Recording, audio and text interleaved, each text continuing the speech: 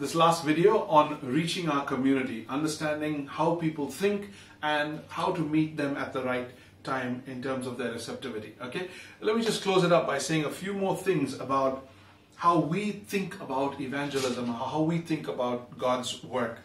Here's the wrong question. When people ask how much it's going to cost, it's a wrong question. Why? Because the right question is, who's it going to reach? Who's it going to reach? Because it's about the who. It's about the who. We get stuck on money and we get stuck on cost. Instead, we need to think about investment. We need to think about investment. Investment is how God sees reaching you and me. He sent Jesus and He invested everything He's got in order to get us back to Himself.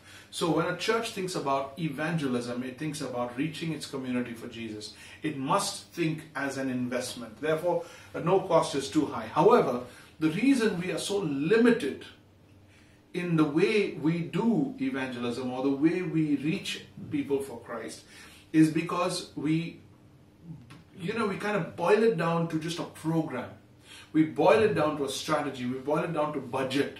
And that's where we struggle. We need to have different hooks, different nets, different strategies on reaching. So first thing I want you to remember is, please, it is not an expense. Evangelism is never an expense. It is always an investment. Just like that says over here. Money spent on evangelism is an investment. Another thing I'd like you to note down is that churches never really have money problems. We're always talking about money, but churches don't have money problems. They only have idea problems.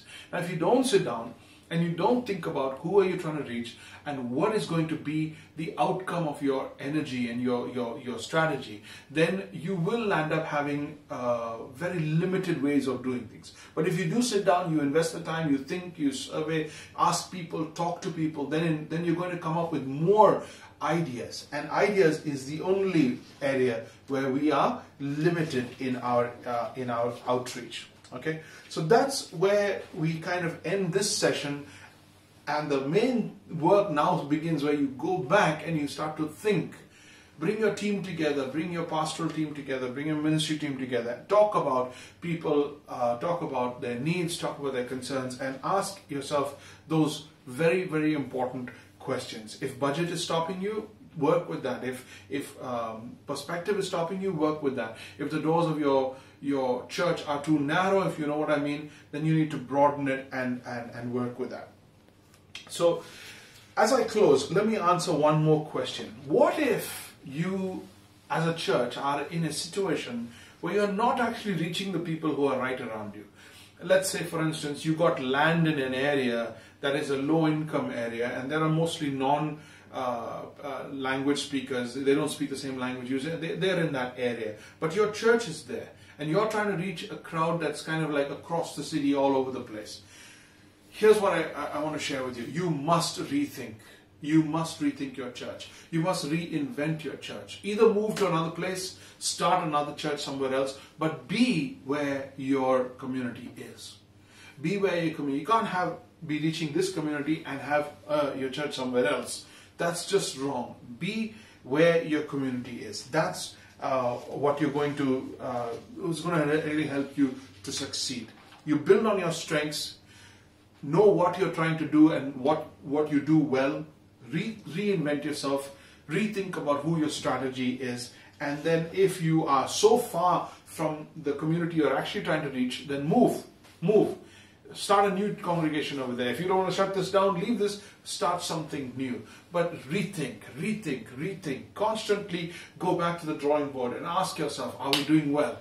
Are we meeting needs? Are we seeing results? My brother, if you are not seeing results in your ministry, it's not because God is not wanting to bless. It's because you need to step back and ask, is there anything I'm doing that is rendering me ineffective in my ministry? Because God has got your back. He's with you. He's doing this already. You are the one who has joined Him on His mission. So have you gone your own way, or are you just satisfied? Have you become complacent, or are you really willing to take risks and make changes so that God can do His work through you? think about what I'm saying and write questions and get back to me if you have anything that we could talk about. We could discuss it. I'd love to do that with you. God bless.